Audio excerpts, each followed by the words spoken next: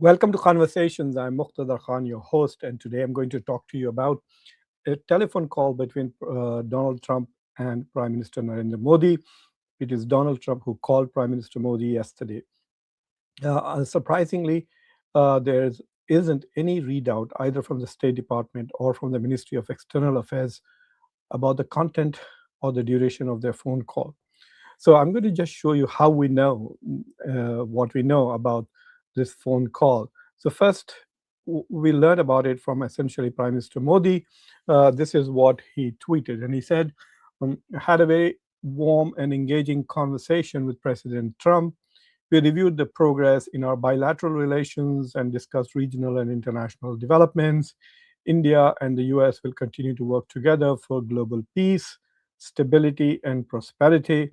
The last sentence is, I don't know what to make of the last sentence. If they had said, "We concluded that India and the US will continue to work together for global peace," then it would have meant that that was part of it. So I don't know whether he's just saying that this is our intention as his intention and nothing to do with the phone call. But whatever it is, it's just a vague, generic statement. If you go back and look at all statements issued by the Ministry of External Affairs in India, this is how they write about it. When they have nothing to say or don't want to say what was discussed, this is what they say, that, oh, we discussed bilateral issues, we discussed matters of common interest, and we discussed regional and global issues, and we decided that we will work together for the good of the world and the good of the planet and the good of the universe, and so on and so forth. And then, of course, there was this statement from the newly shall we say, confirmed US ambassador to India, Ambassador Sergio Gore. This is what he said. President Trump with Prime Minister Modi. President Trump spoke with Prime Minister Modi this morning. A great call between two friends. Prime Minister Narendra Modi reiterated his support for the president's efforts to bring peace to Ukraine. So there's a slight difference. While Prime Minister Modi does not talk about Ukraine and does not talk about Trump as a friend in that tweet, which was a big deal was made out of it in the Indian press, saying that, oh, the ambassador says that Modi is his great friend. So in India, usually the media is looking for whatever ways in which they can praise Prime Minister Modi. And so this is what they basically came down to, that Ambassador Gore really said that they are two great friends, a great call between two friends, and that's all that the media was talking about, and that Narendra Modi did not refer to Trump as his friend. Anyway, if that makes sense to them, good for them. But to me, it was interesting that Gore emphasized that India was the reason why this particular statement reiterated his support for the president's effort is because there's a lot of speculation here in Washington and elsewhere, because Donald Trump has not tweeted anything at all. He's not said anything. There is no statement issued either by the White House or the Ministry of External Affairs or anybody else as to what the meaning or what was the purpose of. There are speculations, and there are speculations, as you can see, that I will be talking about. But let me say what the speculations are. The speculations are that perhaps the idea of C5, Core 5, that's everybody in Washington is talking about it right now, that the recently published the National Security Strategy of the United States essentially had a longer version in which the idea of Core 5 was floated, but it did not make it to the final cut. I have done two shows on the national security strategy of the United States. You can go to any of my YouTube channels and you can see them there. There's one in Hindi and one in English. Then there was this discussion that perhaps there was discussion about the Quad Summit. India is the chair of the Quad this year, and there was supposed to be a heads of state meeting. This will be the first meeting since 2021, I think, since Biden introduced the leadership summit of the Quad, that the leaders of the Quad will not meet in 2026. The last time they met was here, actually, in Delaware, in Wilmington, in 2024. actually in Biden's house, about roughly 10 miles from where I live. That was the last time the Quad leaders met. And since then, the Prime Minister of Japan has changed, and also the President of the United States. And these people have not met as a Quad. So that was the second thing. The third thing was that people were speculating that perhaps it is perhaps that there were some issues with the trade agreement that needed to be finalized, and it had to be done at the highest level.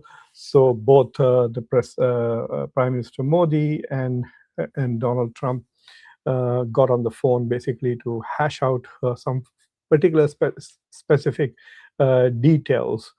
Uh, uh, so I think that is probably one issue. But if that was the case, then there would have been some announcement saying that, okay, the negotiations are moving faster and forward, and the principals or the leaders have already spoken about it.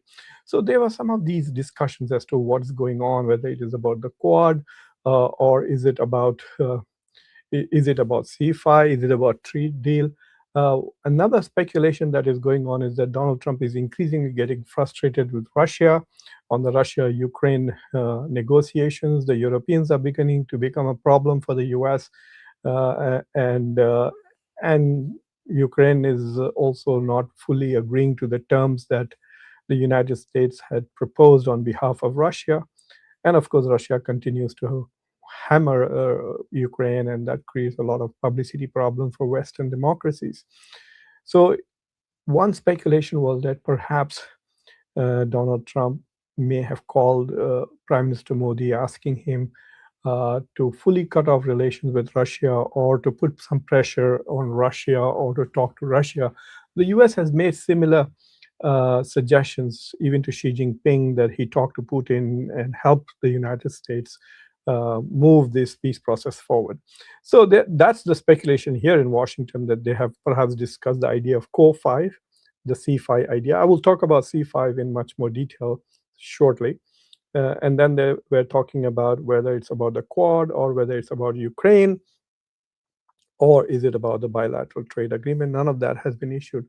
I'm very curious to know whether the Prime Minister of India raised the issue that Donald Trump is now giving over $600 million of upgrades on the F-16s to Pakistan. Did that issue come up at all in the discussions? And because that would be a matter of great concern to India, and should be, that the United States, since Donald Trump has become president, the amount of military aid that has gone to Pakistan now exceeds $1 billion, because there was one that was given very early, I think around January, February, March. Immediately after he became president, Donald Trump had canceled and stopped all foreign aid, suspended all foreign aid except to Israel and to Pakistan. So I wonder whether the Prime Minister raised that issue with Donald Trump, expressing his unhappiness that he's giving military aid to Pakistan. I don't know. So that is the crux of the issue. So let's take a look at this idea of core. So before I talk to you about core 5, uh, I will address some of your questions after I finish my presentation. Before I talk about Core 5, I do want to make a small announcement. Guys, if you look, this is a meeting tomorrow at 11 o'clock New York time, 9:30 p.m. India time. So for many of you who are in India right now, it's already Saturday. So in the evening for you, we will have a Zoom meeting with members. We will talk about whatever you want to talk about. And if you have some interesting questions about my visit to Beijing, to Shenzhen, to South Korea, I went to Seoul, I went to Hong Kong. So we can talk about that. I have more travels planned, and we can discuss those issues. I'm giving a big talk tomorrow in Virginia, tomorrow night, on India, and we could talk about that. So please don't forget to come. The link to the Zoom meeting is already in the posts. So go to the YouTube channel, you will see post, click there, and you will be able to join me. Another small announcement that I want to make is that India has launched a very important magazine called India's World. Take a look at it. And so I had an article today that was published in India's World. It's called From Pivot to Perplexity, East Asia Faces a Mercurial America. So I talk about essentially the ideas that I heard from scholars in China, in South Korea, in Hong Kong. I met with Japanese, I met with some Russian scholars who were there at the conference. So it was a very global input. So I got to spend a lot of time with them, staying in the same hotels, walking, going for dinners, lunches, breakfast, also other than just the conference. So I got to hear many perspectives, and some of those I have shared in that article. All right, so let's come back to the idea of Core 5. So America is required by law, the American president is required by law to publish a national security strategy. Within 3 months of him becoming president, he has to basically let the Congress know and everybody in the country as to what are the philosophical foundations of his foreign policy, what does he see is America's national security interests, and what are the threats, and how is he going to go ahead and make sure that all of America's interests are being protected and safeguarded.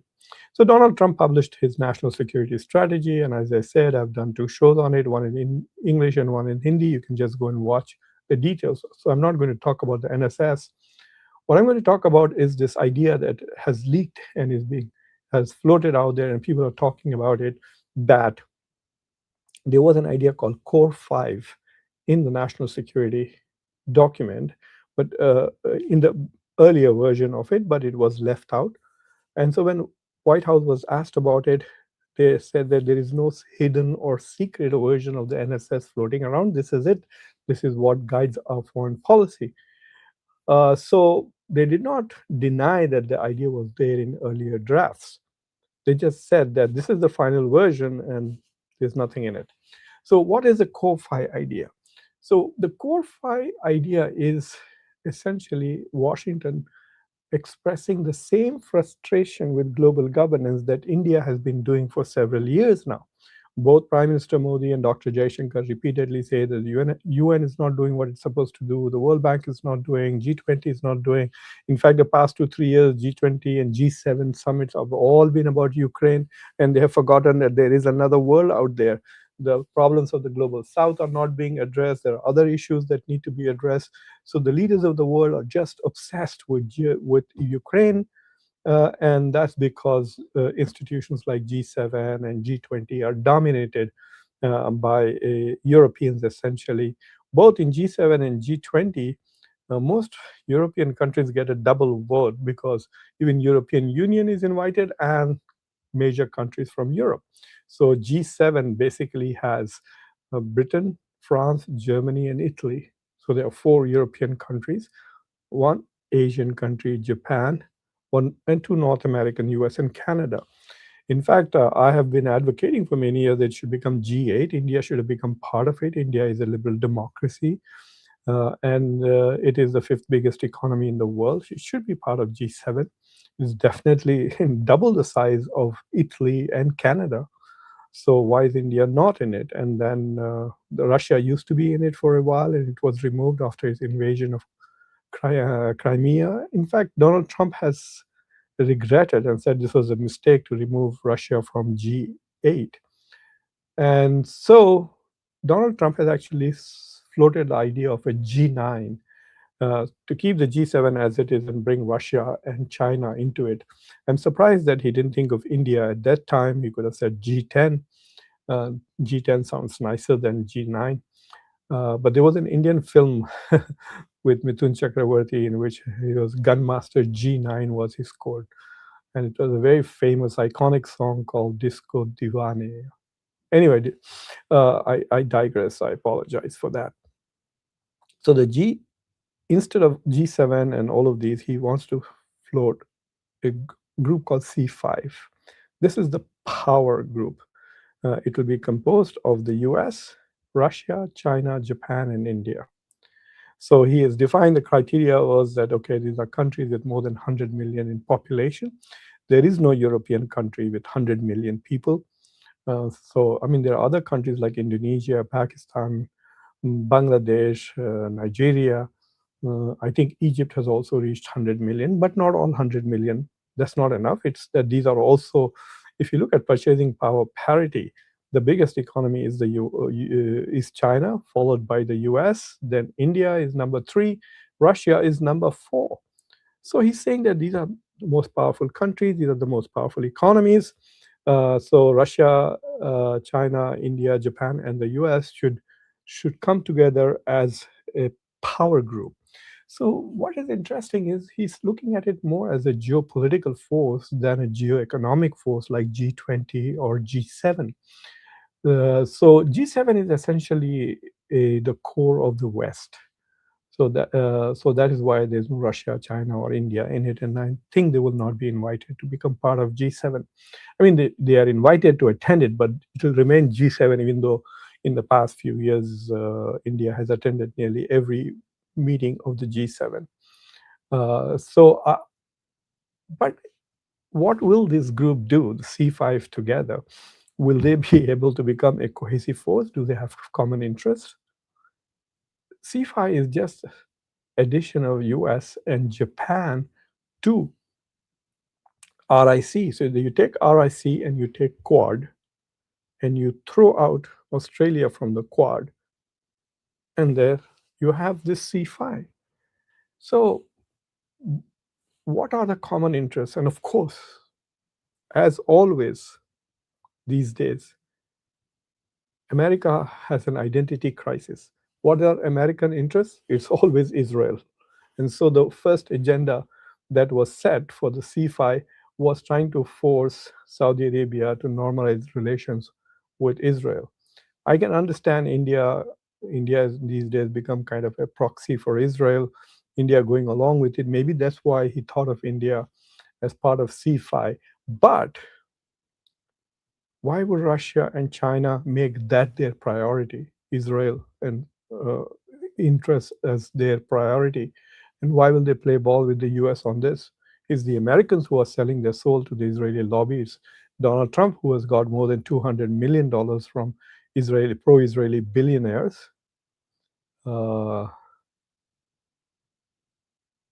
like Miriam Adelson and others who have given billions of dollars, hundreds of millions of dollars to Donald Trump, and all these Republican and Democratic, is Putin and Xi Jinping are not taking money from the Israeli lobby, which will be happy to give them if they took the money, but that's not in their interest.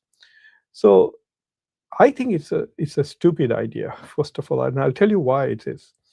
One, it sounds very stupid. Number two, if this is an important goal of creating a core five, then why is the US having such a tough time?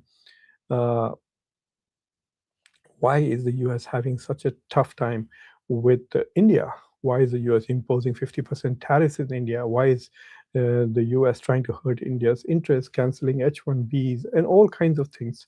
I have done several shows on this particular theme. You can go back and take a look at that as to how America, US, India, US relations have gotten worse and worse in the past few months since Donald Trump became president in 2025 January.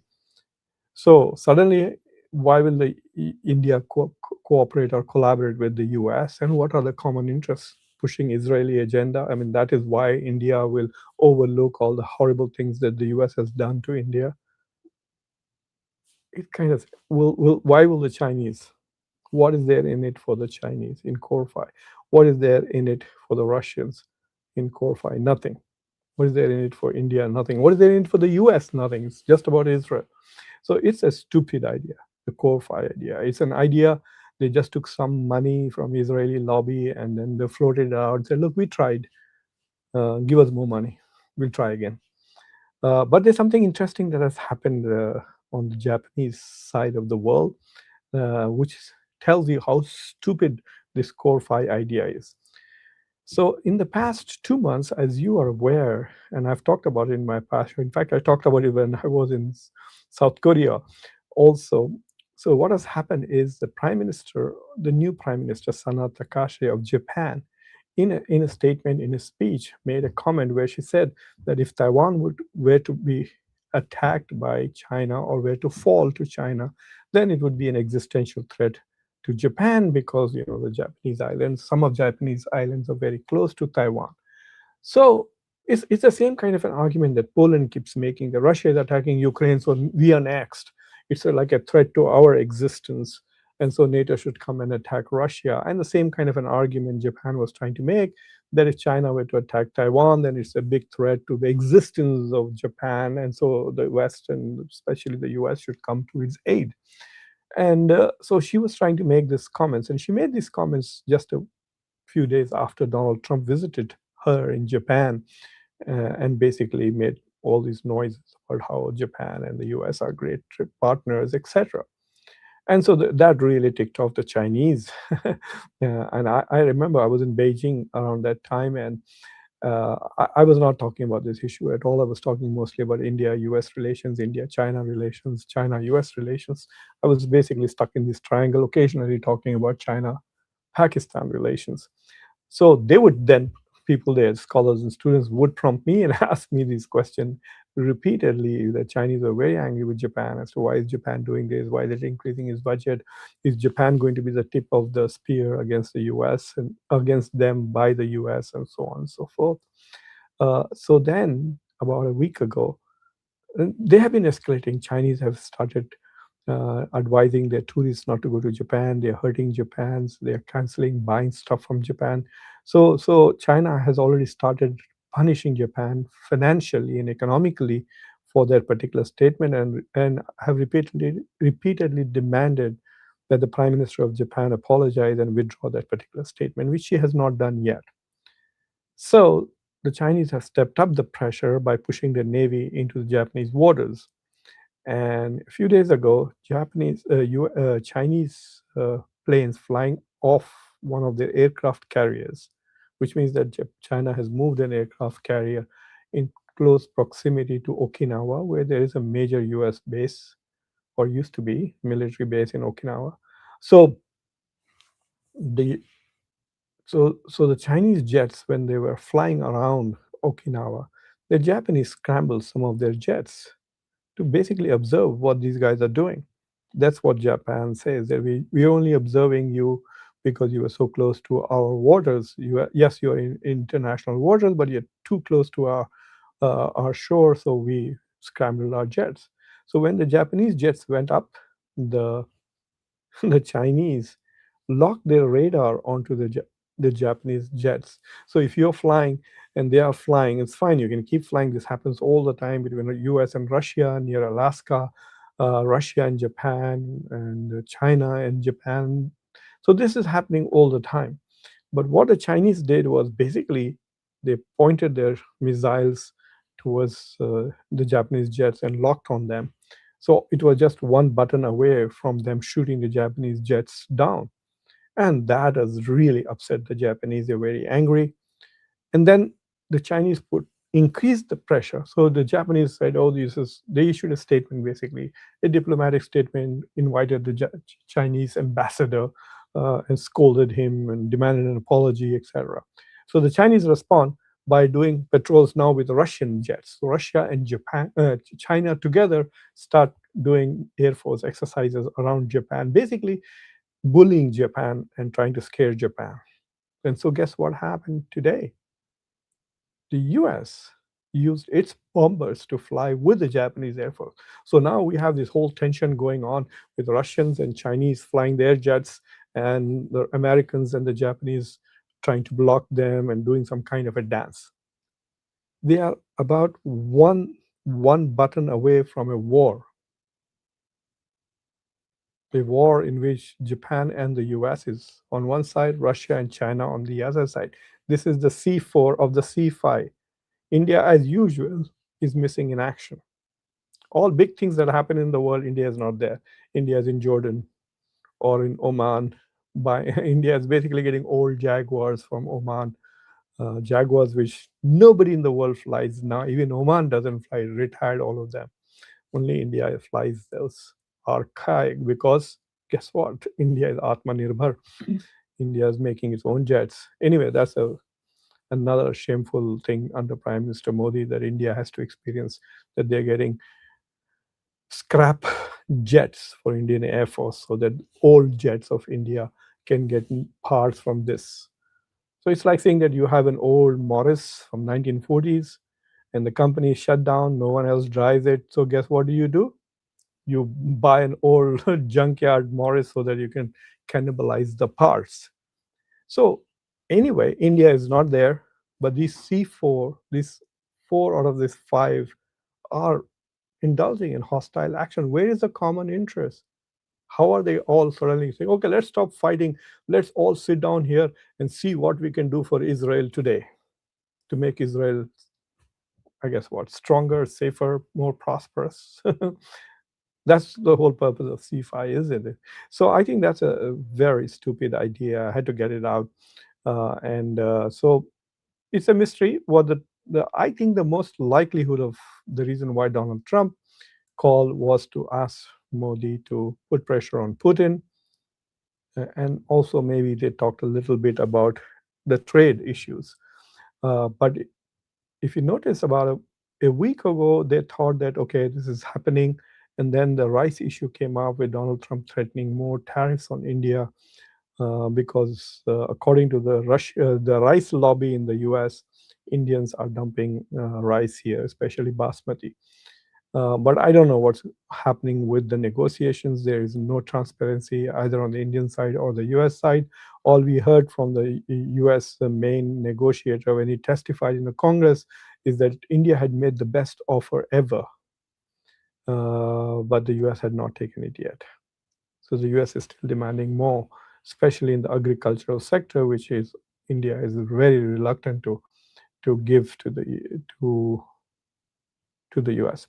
Anyway, so that is what I wanted to talk to you all about the mystery of this phone call. This is the third phone call that Modi and Trump have had since the tariffs were announced.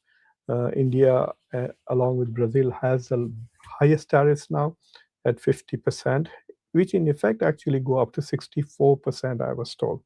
So anyway, this is where we are, and if there are any questions, any interesting comments, I will be happy to address them.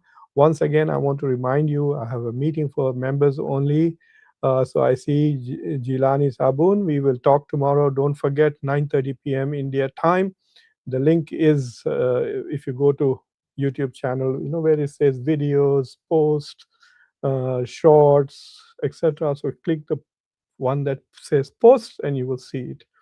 The first one is about this. I'm not going to post anything else till the meeting is over. Uh, okay, let's see what comments are here. So the first one is from Jilani Sabun. Good evening to you. US approval to upgrade Pakistani F-16 fighters, also new F-16 missile system. What's your take on the missile systems that approved about 2-3 months ago? Amarak, I don't know, something Amarak it is. That's a small deal of about $300 million, but this is 640. So at one point, it increases the readiness of American of those F-16s. So the Pakistani Air Force definitely will be better prepared tomorrow than it is today because of this $640 million of upgrades. So it's not just that they are servicing, which is what they had given about $450 million in the beginning of this year. This is to upgrade them and update the old. Those are 1980s F-16s, so they are about 45, 50 years old. But it shows that US and Pakistan are now strategically closer than they were before. We don't see any major uh, complaints. The previous national security strategy of Donald Trump had criticized Pakistan for its role in extremism, but this one had not said anything negative of Pakistan and had not said anything positive about India either. So we will see what has happened, but right for now, we can say that Pakistan is having a good time. It has good relations with both China as well as with uh, the US. It is something that India can't say. So And then, if you're following with what happened in Turkmenistan with Shehbaz Sharif gate crashing a meeting between Putin and Erdogan, and subsequently having a bilateral with Putin. We don't know what has come out of that meeting. I have not read any announcements from the Pakistani or the Russian side about the meeting, but it clearly shows that even Russia wants to have better relations with Pakistan. So for at the moment, Pakistan has better relations with all the major superpowers in the world than India, actually. Even though India is closer to Russia, but I think Pakistan is right now closer to India or and China. Uh, the rice tariffs, lava phone, they have not yet been imposed. So that's the question, right? Did Donald Trump call him to talk about the tariffs, or did he threaten to impose tariffs on the rice thing? But I don't think that will come from Donald Trump's level on the phone call. If Donald Trump was going to threaten, he would do it publicly through a Truth Social post or as an answer to a report. So if the threat is coming from the administration, then it will be between the negotiators behind the scenes. And because they're more likely to get India to respond positively if they do it behind the scenes than in public. Because if they do it in public, then India, if it agrees with the US, then the opposition party will say, Narendra, surrender. And so Modi doesn't want to fall in that trap. Uh,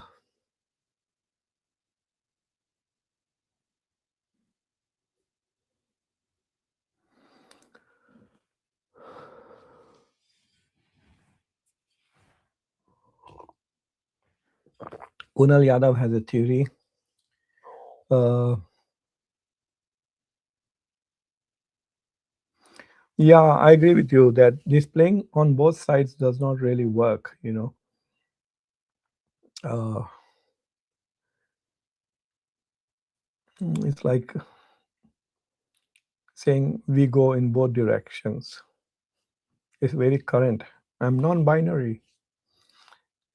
That's what strategic autonomy. But this is not strategic autonomy. I've written about it in Frontline magazine. You should see the article I wrote. It is about strategic dependency. India is not autonomous. It is, look how dependent it is going to Oman to get planes, Jaguars. Is that autonomy? Countries which don't make their own weapons. There are very few countries in the world right now. The US, the Russians, and the Chinese more or less are autonomous. So you can see Russia is able to fight for 4 years and still fighting when nearly every part of the world has been shut down for Putin, except for India and China. And India is also very limited, exploiting Russia by buying oil at a low price and selling at a high price, buying it at a discount. Other than that, India has not helped Russia at all, not selling weapons or anything like North Korea has done. So, so yes, strategic autonomy, only those who can make their own weapons and carry a lot of power. Let's put it this way: strategic autonomy is directly proportional to the power that you have. As simple as that. The more powerful you are, the more autonomy you have.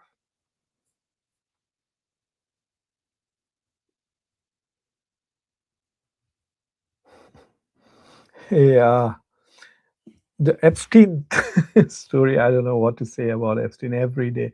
I mean, it's so interesting. The whole country is so focused on Trump that a lot of Democrats are getting away with it. Clinton, I'm sure, has enjoyed the hospitality of Epstein. All of these Democrats are all um, Zionists in many ways. And so Epstein was an instrument of the Israeli intelligence. And so definitely you'll find more Democrats once those 95,000 photographs are released. I'm sure the Democrats are themselves being careful when they release those photographs. Prince, good morning to you. Uh, uh,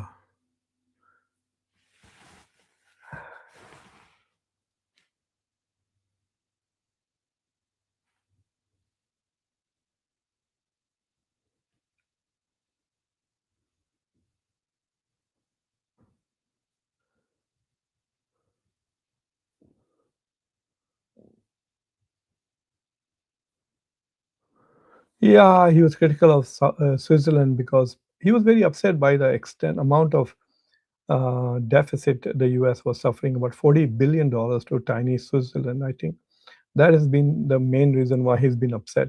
The Swiss were surprised when he imposed tariffs on Switzerland. They thought there was nothing that they would. They had not even bothered to negotiate with the U.S. I agree with you. India, the media in India is quite useless.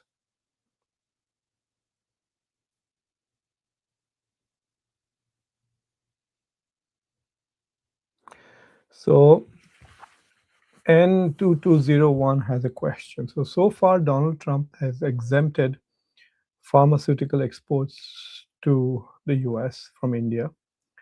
With regards to the pharmaceutical imports, there's about $10 billion of generic drugs, which are about 6% of US consumption in terms of cost, but a lot more in terms of volume. So basically, they are inexpensive generic drugs which come from India in very large volumes, but they're only about $10 billion.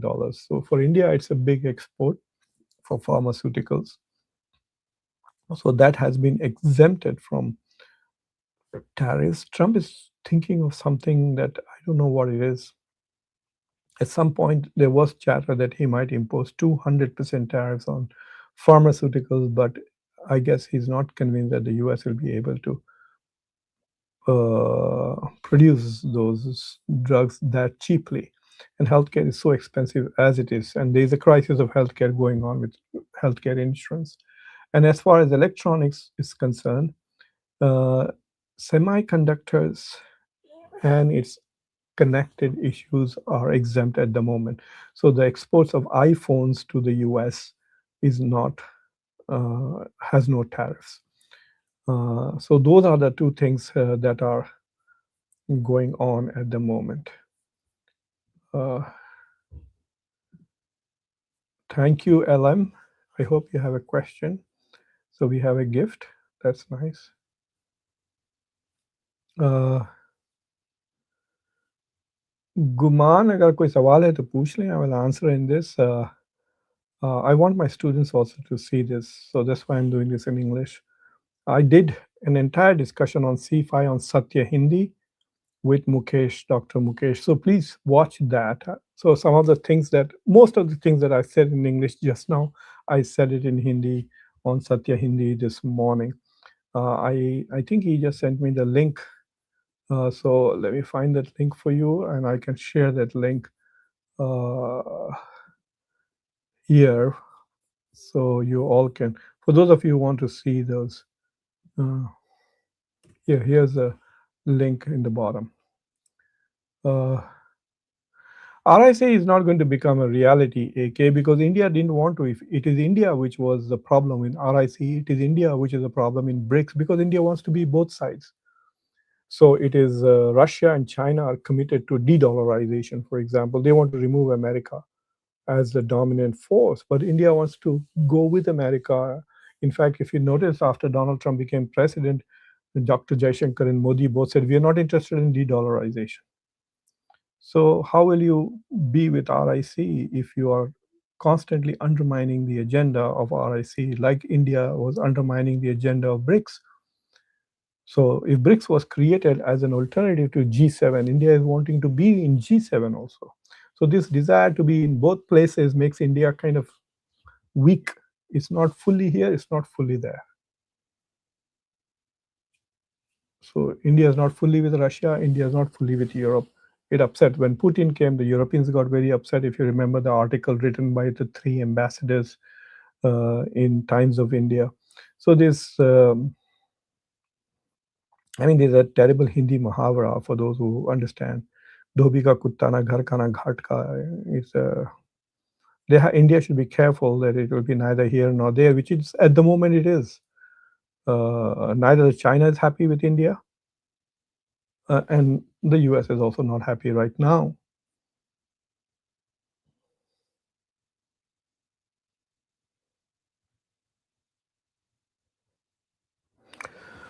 Well, Pakistan has done several things. This is an answer to this question. Pakistan, the first thing that the Pakistanis did, which made Donald Trump very happy, was they caught the guy who blew up the suicide bomber who had planned the suicide bombing on Kabul's airport when the Americans were withdrawing in August 2021, and about 13 American Marines had died.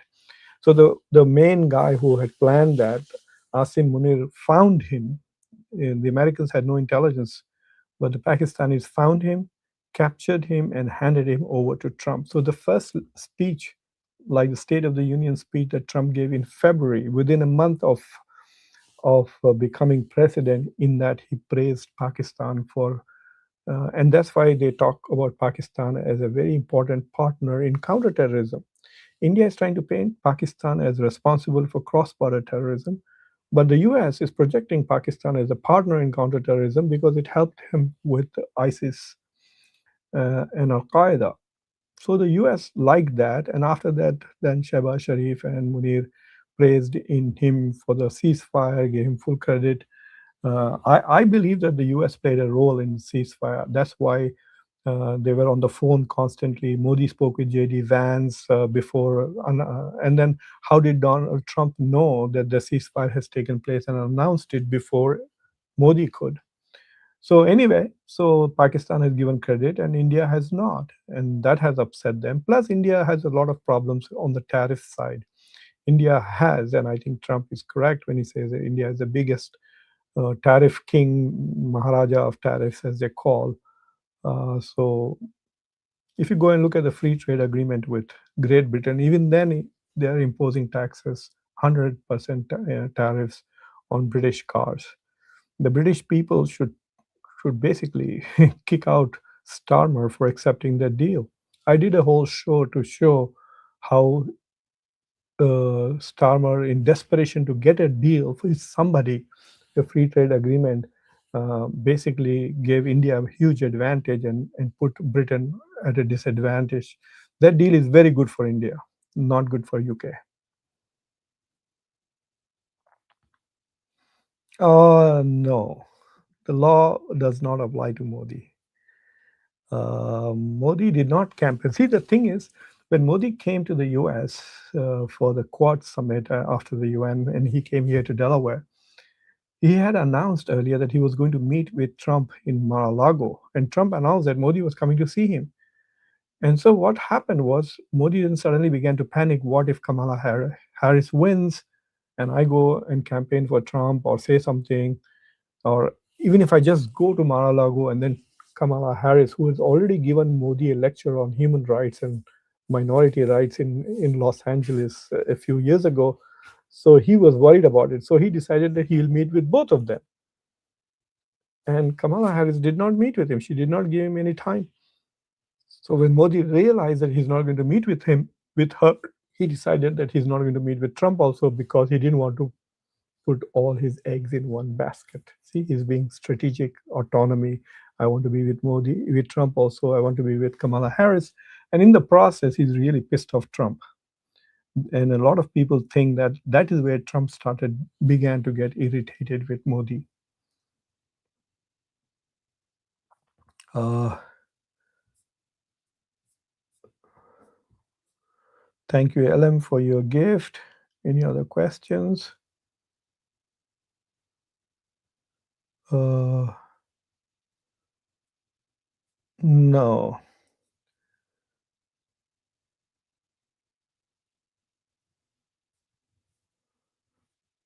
The US China relations are very different.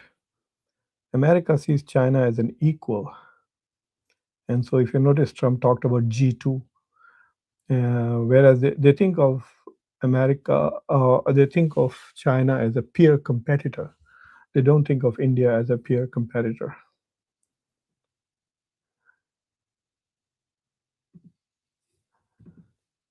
Thank you very much, Sajid. So please subscribe to the channel, share it with others. Guys, thank you for watching Conversations. Members, please come to the meeting tomorrow. And those of you who have not subscribed to the channel yet, please subscribe to the channel, like this video, press the bell icon, and don't forget to share this with your socio-political network. Until next time, I'm your host, Muqtedar Khan. Take care. Bye.